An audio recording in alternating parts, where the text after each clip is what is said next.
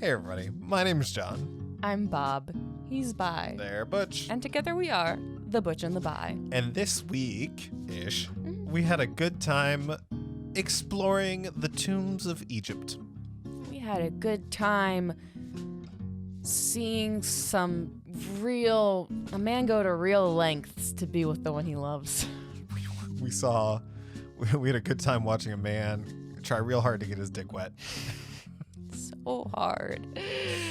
Wet and hard. We saw one of the classic 90s heartthrobs. We had a good time watching one of the best swashbuckling movies ever made.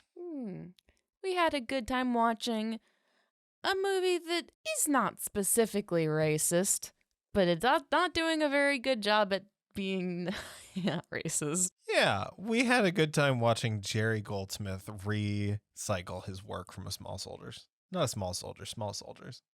Yeah. We had a good time watching 1999. Yeah, The Mummy. 1999 The Mummy, starring Brendan Fraser. Wow. Yeah, also Rachel Weisz. Yeah. Rachel Weisz. So young. And it was directed and screenplayed by Stephen Sommers, who his directorial debut, can you guess what it is, Bob? It's one of the most, I would think, one of the most iconic movie titles ever. Killer Clowns from Outer Space. No. It's iconic in the way that it's used as like a phrase. Did he do an Electric Boogaloo? It's Catch Me If You Can. Yeah, he's responsible for that. He's also responsible for The Mummy Returns as the director. He did the screenplay and produced The Scorpion King, which is the iconic Dwayne "The Rock" Johnson film. Iconic.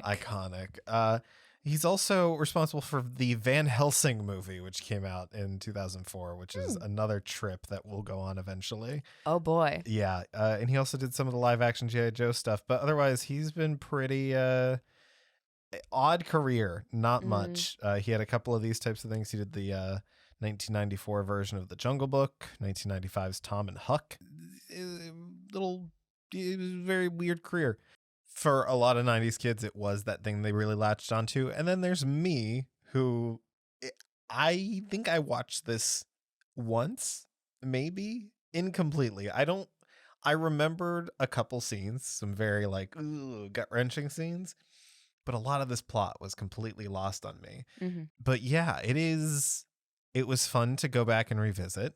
It's not as problematic as some of those movies can be. Yeah, it's definitely not the worst.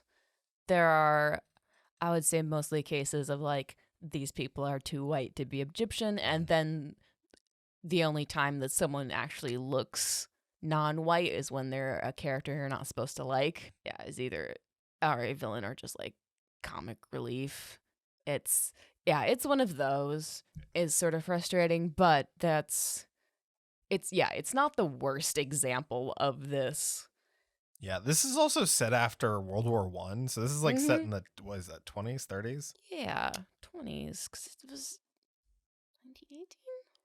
God, I'm trying to look. They put the year for like when everything goes down. Well, it's 3 years after the Great War, which is World War I, because they thought there would only be one. They really thought.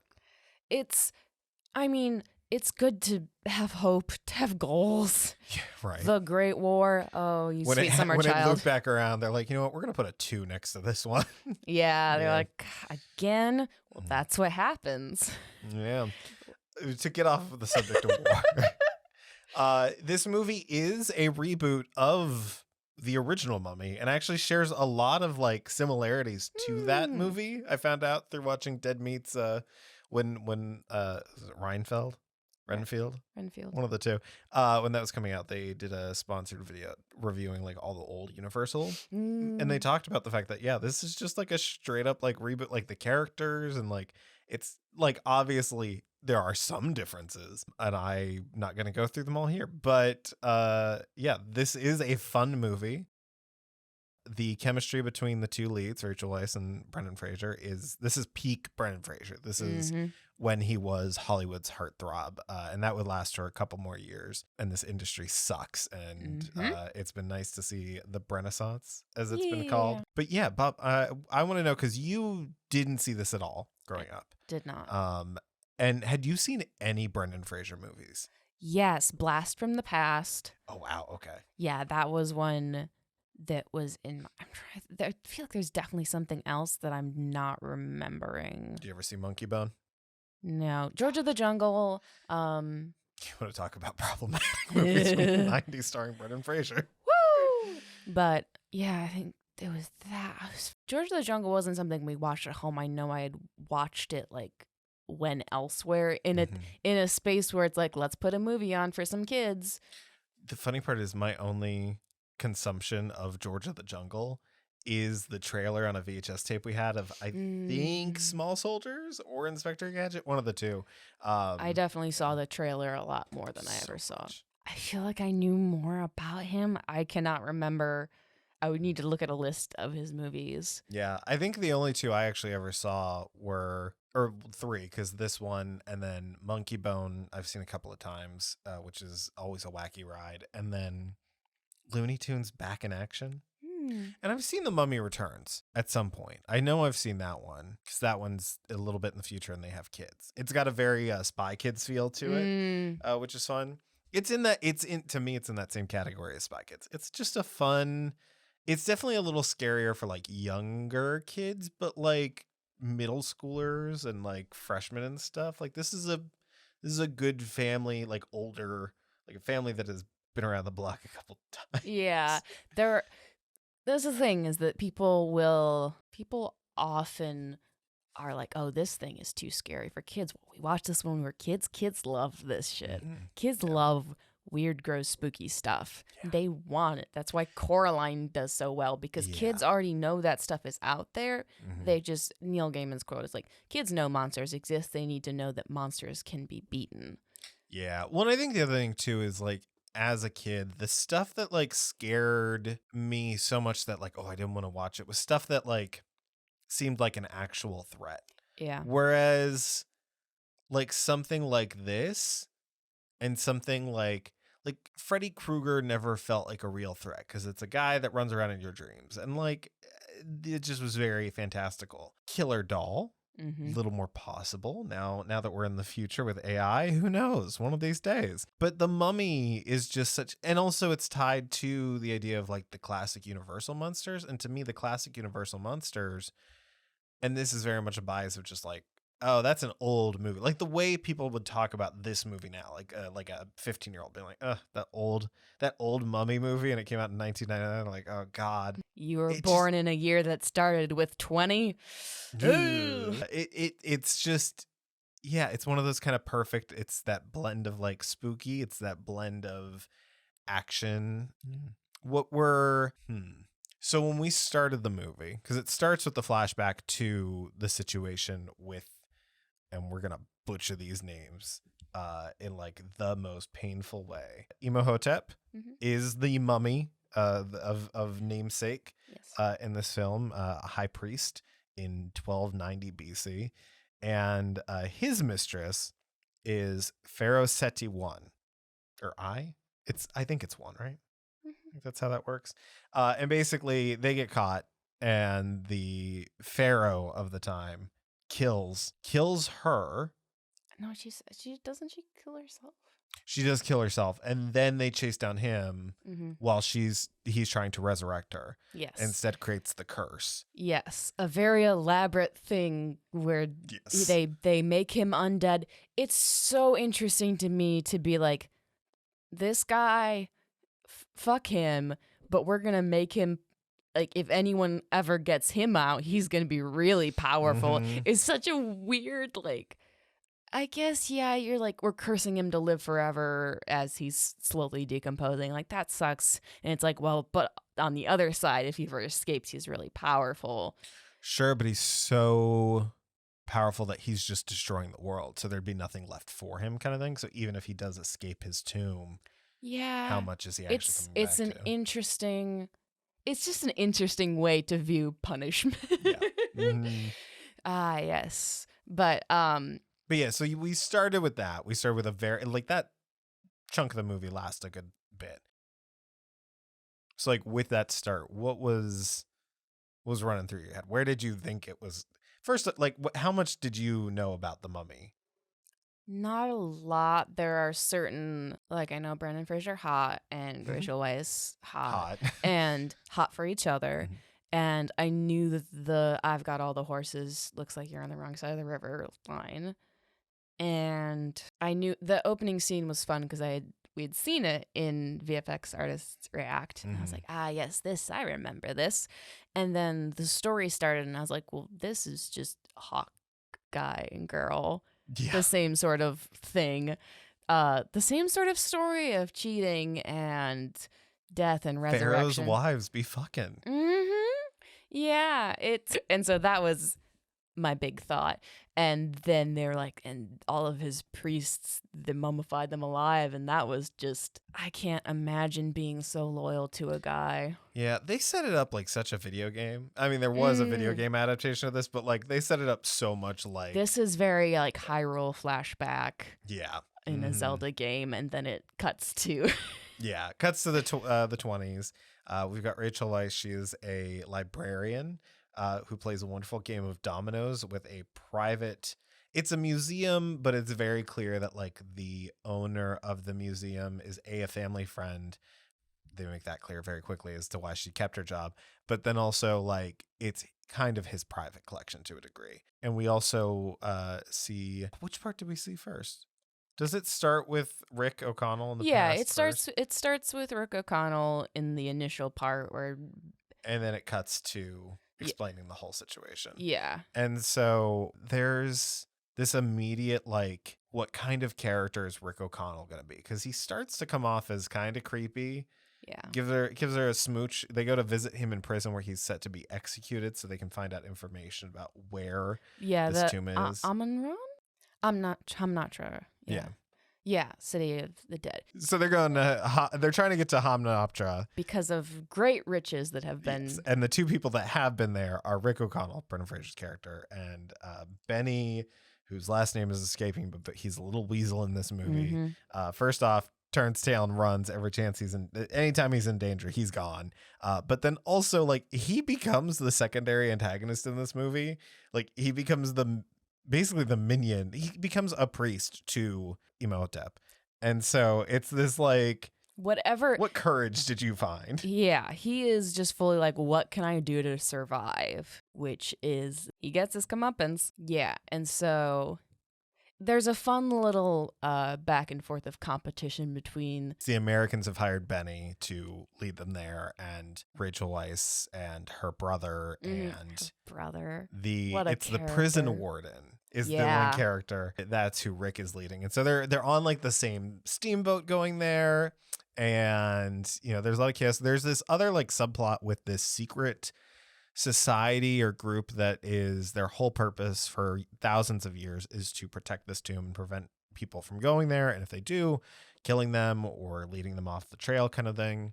I particularly love this group because Oded Fehr plays the main guy in that group. And he was in the Resident Evil movies, the Paul W.S. Anderson ones. Amazing. He plays Carlos Alvaria, which you did not meet in the movie that we watched. But he is a character. Yeah. It's fun. I like that character. Yeah. And also John Hannah plays the brother in this. And for me, his big thing for me is Agents of S.H.I.E.L.D. He's like the pseudo villain in seasons, I think 6 and 7. Because they do like a whole AI Ultron type story, which is peak Agents of S.H.I.E.L.D. And he's really good in the show. I love this brother character. This is camp. Yeah. This man is camp, and I love him. There's not really a weak character in this movie. Like, the Americans are being very American, which is fun. Benny is definitely motivated by like survival, and that gets him killed. And then like everyone else is either focused on like protecting the secret, preserving the knowledge, or greed, or love, in the case of Imhotep. That's like, Mhm. that's his motivation. Like, that's the thing. He's not wrong, right? Yeah, Like, no. he He was wasn't a villain in the beginning of the movie. He was just dumb. it's one of those situations where I was watching, I was like, are we ever gonna address the fact that he just got a really bum deal? Yeah. Just one of those things you're like, okay. But then he like the whole I didn't, so this is the part that I completely forgot from this movie, was that the conceit of this film, or like the little video game fetch quest for him, was to go, and it's the people that opened up his box with, I think it's the Book of the Dead, right? First, it's not the Golden Book, it's the Book of the Dead. Yes, it's the And they book open that, and there's like it's like a salt powder curse or something, and it's those people that then he must go, and basically he's absorbing their body parts. Like, he steals the first guy's tongue and eyes, so that he can see and so he can talk, and that's how he communicates with Benny. And like I want to say the first,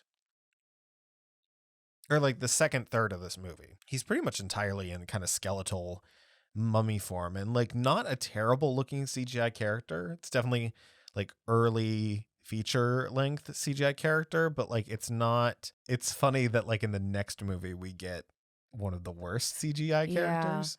Yeah, But maybe it's because only... this is so fantastical, because it's like Mm. walking corpse versus human figure. Yeah, I think it only really looks weird when his jaw unhinges. Yeah, it kind of gets worse once he's more developed. They should have picked different parts of his body instead of his face to Yeah. modify. Like, have him keep kind of bony hands, and you can do prosthetics. Yeah. Or maybe like do more like practical, like just make him look a little more skeletal instead of having just chunks of his face missing, because it wiggles. Like, it's like shit I would have done in high school in After Effects. Yeah. It wasn't the most important thing that it not wiggle. Yeah, and that's the thing too, is like the effects are aged, but it's honestly, it was still a really good time. Like, Mhm. I forgot how long it was. Yes. It's 125 minutes, which is atrocious. Like, is a lot. But I think it's one of those things where it's a good kind of like background flick. Like, if Mhm. you wanted to put something on to like joke around with friends, this is great, because it's not like a bad time to watch it, but like the experience is enhanced by like some little jokes and like commentary throughout. Like, you're not like taking time to make jokes about the movie while it's happening isn't going to distract from what's going on, because it is already such a wacky thing. Period wise, it looks great. That's a lot of fun. I don't think I've seen like the 20s. I think that's probably one of the like last big ones to be set in the 20s until we get like Great Gatsby. I think after that is like the next big one that I can think of. Mm. I I don't know enough about movies to be like, yes, no one tackled the 20s after The Mummy. people did, but I think at the budget Mm. of this movie is where I'm going with it, because I'm sure there are a number of independent movies and just smaller scale movies, but like big budget, I'm just trying to think. But yeah, besides the point, what was your favorite character in this movie? I mean, I just didn't. It was the brother. Yeah. Yeah, I'm very fond of him. He's just, yeah. Rick O'Connell. He's very classic action movie star. He's Indy. Yeah. He's Indiana Jones. Mhm. He's Han Solo. He's Jack Sparrow. He is just, it's such a very good kind of in that pantheon of, mid-century and like late. It's just, he's a very like, you could plop him into a movie that was actually made in the 20s and I'd be like, yeah, because he's got that level of camp. I think that's one of the great things about Brendan Fraser, even from those movies to now, is he's got really good comedy chops. And at the time, he was also he was the conventional attractive that people were, casting those movies with. And so you get that added layer of, okay, yes, he's hot, but then also like he's really funny. It's very funny, and he's also just good. He's good at acting because he has a very sincere face, Yes. and that is the thing that has like captured so many people's attention. Is just he has an incredibly sincere face, which is wild when you're being someone who you're not. Is to just be like, oh, you don't have any pretenses. Yeah. And yes, he is also funny. And it's, yeah. Yeah. And there's a lot of good physical comedy in this movie. Mhm. There's just a lot of good, like, there's a lot of good action. There's some, there's this really great chase scene Yeah. at one point. And, like, even, like, that thing, too, is, like, there's a really easy way for this to slip into, like, very dated and of its time. But it doesn't too much because, A, it does the same thing Clue does, where it's set so far before that. And then also, like the Americans in them aren't ever, like, at each other's throats, right? Like, they're to a point working together to survive. They're both just like, okay, like they meet up at the end of the night. They're like, oh, what'd you guys find? Oh, we found this, blah, blah, blah. It's a lot of camaraderie, whatever. Camaraderie. I can't speak words amongst them all because they're all there. Like, yeah, they're all there for similar reasons, but they're doing a little bit of a competition, but it's still like, it's just a good time. It's hard to explain, I guess. It's just like, I don't know. It's not nearly as fun as like the new D&D movie. Like that was a lot of fun and we want to do an episode on that at some point. But like, it's just a good, like, oh, Saturday afternoon, put something on in the background while you're like cleaning or, you know, you have folks over for like a game night or something. Like it's that kind of movie. Like it clearly fits into that category. So yeah. Yeah. And it is, yeah, the introduction of his character is very much like he leans in and kisses her, and then later he's like, I thought I was gonna die. I was like, well. He's not a complete skis ball. Yeah. And like she gets really drunk and falls asleep, and he's just like, okay, that's the end of that. Like it's not, yeah, it's just like, you're a man in the 20s, but you're not a man in the 20s. Like, yeah, so he doesn't. It's Captain America, not Soldier Boy. Yeah. Yeah, and also he it's fun when she's like, he's I don't remember how she describes him, but she's talking about how rough and tumble he is, and then she turns around, he's all cleaned up. She's like, ooh. Yeah, because he's got the like very obvious fake beard and wig going on to show that he's been in prison a long time. To show that time has passed. Yeah, it is. Also, Rachel Weisz, like, is a fully developed character in this movie, too. Like, that's the other big thing, is she's not just... Like, there's parts where she's, like, damselly, but, like, she is a smart character. She's the one solving the puzzle. She's the one, like, really fun character. And if I recall, their chemistry is just as good in the second one. It could be completely off on that front. But their chemistry in this one's very good. And their chemistry with Jonathan as well is very good. Yeah, they have really good trio energy. Yeah. Do you have anything specific about this movie that we did not talk about? God, so much sand. So much sand. Yeah, just coarse and rough, and it gets everywhere. Yeah, I'm just thinking of that like as a filming things, like filming with sand. That's such an interesting. A lot of plastic bags over those film cameras. A lot of plastic bags, a lot of like, okay, everyone quickly shake out your clothes or the dust off the props things. There are some really beautiful views because we have them like traveling through the desert. Camels. Lots of camels. We love a lot of camel action. Camels are such interesting animals. Dromedaries. Dromedaries? Yeah, that's the family that camels are a part of. Gotcha. I did not know that. Yeah, I know a lot of pretty useless animal facts, considering like it's useful if that's the field you're in. Good thing we do a podcast, Bob. Yeah, this is the reason I do this podcast, is so I can do things like tell you that camels are dromedaries. It's the one time you can get me to sit down and hear that. This is the only place where John has to listen to me. Twice. Yeah. Yeah. Yes, because there you go. Yeah, well, you're not editing these. Yeah, I think for me, the thing that stood out to me that I like was just like dumbstruck by was the fact that Jerry Goldsmith's the composer for Small Soldiers. And there are so many moments in this film where the score is just the same score as in Small Soldiers. These were both developed like, so they started filming in May of 98 and Small Soldiers came out in 98. So it had to be in production a year or two earlier than that.